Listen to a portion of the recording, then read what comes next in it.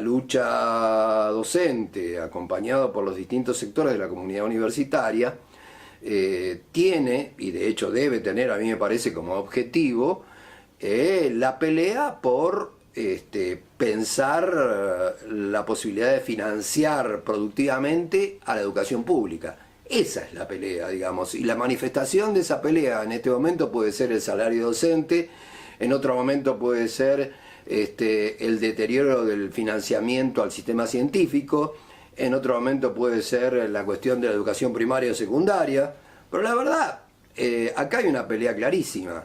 Hay políticas nacionales dirigidas a producir un deterioro progresivo de la educación pública y felizmente hay respuestas. Y la idea es que hubiese respuestas todavía más contundentes, porque no es una simple pelea salarial, es una lucha por la imposición de políticas que tengan que ver con la defensa de la educación pública.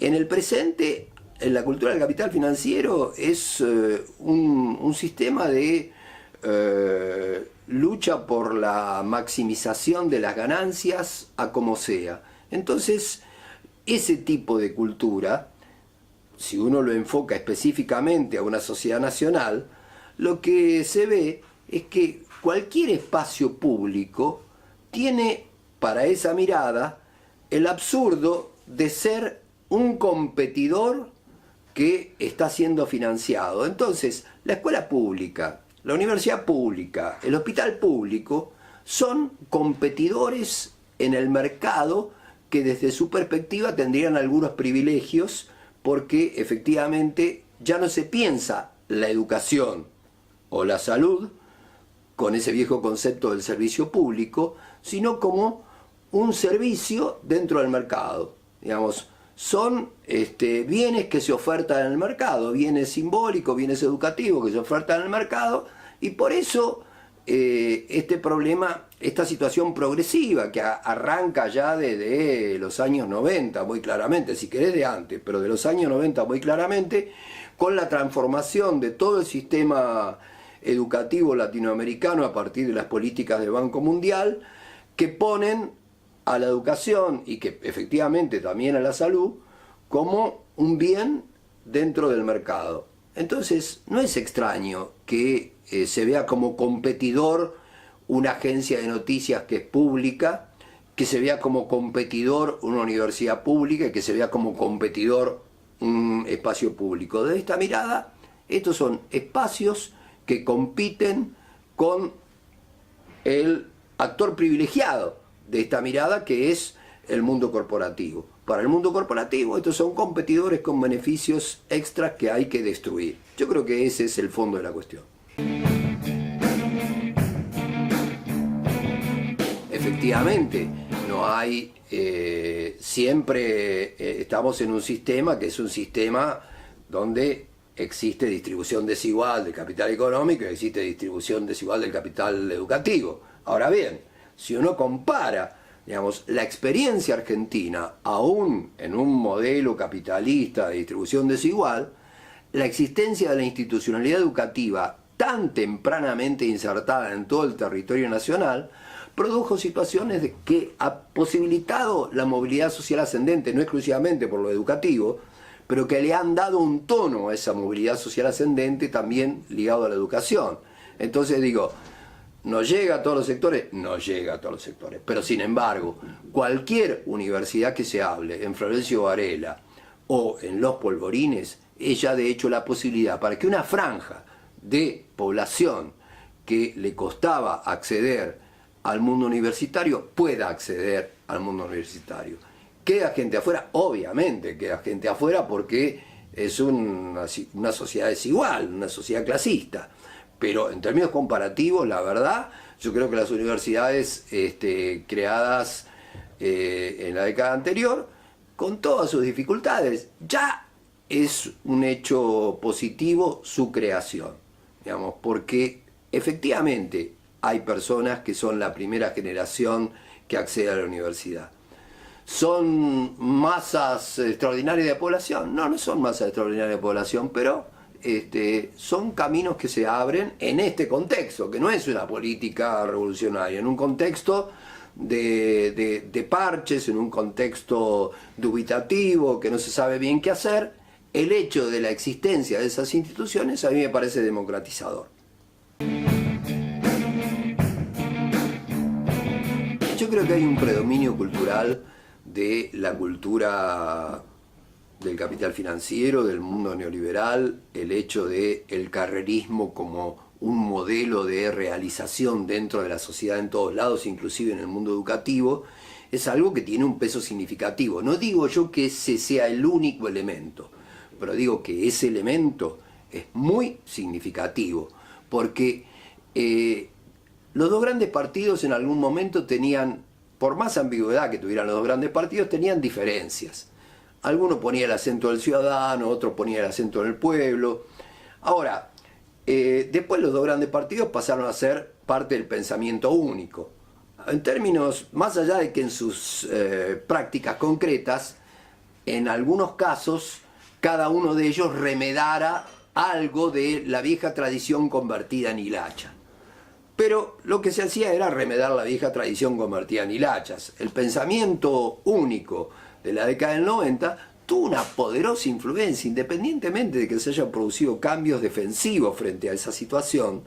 Digamos, esa cultura está muy presente en diversos espacios institucionales. Y yo diría, y no solo que no está ausente, sino que tiene un papel significativo en términos culturales dentro del propio mundo universitario. La reorganización del sistema académico y científico es una reorganización que tiene que ver con las políticas del Banco Mundial que se dieron a nivel internacional a partir de la década del 90. Digamos, nosotros estamos con una ley de educación superior, que es una ley de educación superior resultado de las políticas del Banco Mundial. Estamos con una reorganización del sistema científico que es un resultado también de ese tipo de políticas. Que haya ganado el partido de Macri las elecciones no quiere decir que obviamente que muchos universitarios y que muchos maestros y que muchos profesores votaron al macrismo. Si uno mira, muchos de los intelectuales que dieron su apoyo al macrismo, muchos de ellos vienen de una tradición socialdemócrata. Digamos, no son, porque acá liberales puros no hay. Entonces, los que defienden más la gobernabilidad democrática son viejos socialdemócratas con culpa. El mundo financiero no tiene culpa y puede arrasar sin ningún problema la institucionalidad democrática. El mundo socialdemócrata tiene culpa porque en la última etapa de su vida parece que ha descubierto una institucionalidad que garantiza ciertas cosas y que después viene el caos o el terrorismo de Estado.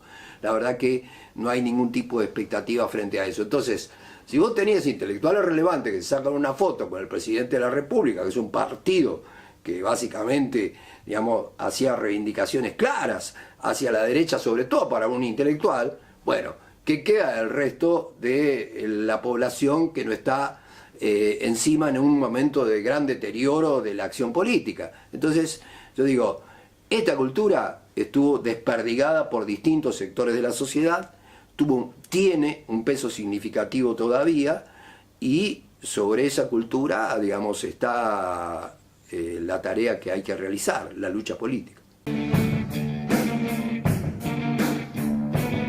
La verdad que en el caso argentino y en el caso chileno, por distintos motivos, hubo una especie de sacralización de el mundo democrático. Yo lo entiendo básicamente en el caso argentino, entonces por esa cuestión del juicio a las juntas que tuvo un papel fuertemente legitimador.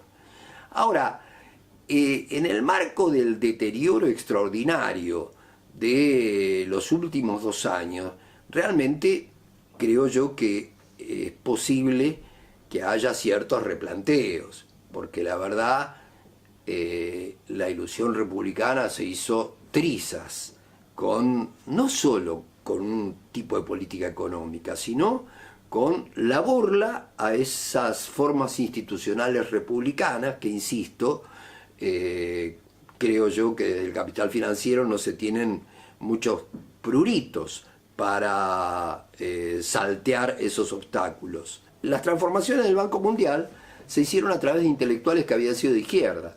Entonces, la retórica de las transformaciones neoliberales fueron retóricas que tenían discursos modernos. No fue la cruz y la espada. No, fue la pluma y la luz. ¿Quién hizo la transformación neoliberal educativa más regresiva que existió en la Argentina? Lo hizo el equipo de la Facultad Latinoamericana de Ciencias Sociales, Flaxo, en la Argentina, que conducido por Cecilia Braslavsky, que era una de las figuras más relevantes de la cultura progresista, digamos, y su equipo, digamos. Ellos hicieron la transformación neoconservadora.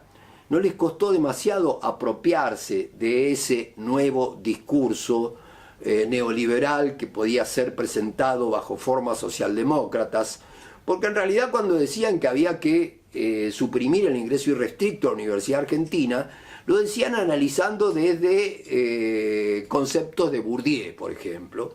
Eran personas muy modernas, personas que habían participado en las experiencias de izquierda de los 70, entonces no es fácil la pelea, digamos, no es fácil la pelea porque, entre otras cosas, habían quedado desacreditados los movimientos revolucionarios de la década del 70 y sobre todo, digo yo, todo esto no se explica si uno puede pensar, como pensó Aníbal Quijano, que lo que se produjo en la década del 70 en lo que hace a las experiencias latinoamericanas fue una extraordinaria derrota política, militar y cultural. En el marco de esa derrota es que uno tiene que mirar las posibles recomposiciones del presente. Las recomposiciones del presente son aisladas, confusas. Esperamos que la crudeza que adquieren las políticas en el presente, donde ni siquiera se respeta la institucionalidad del viejo orden republicano, pueda producir algunas nuevas miradas desde el mundo intelectual. Eso todavía está por verse.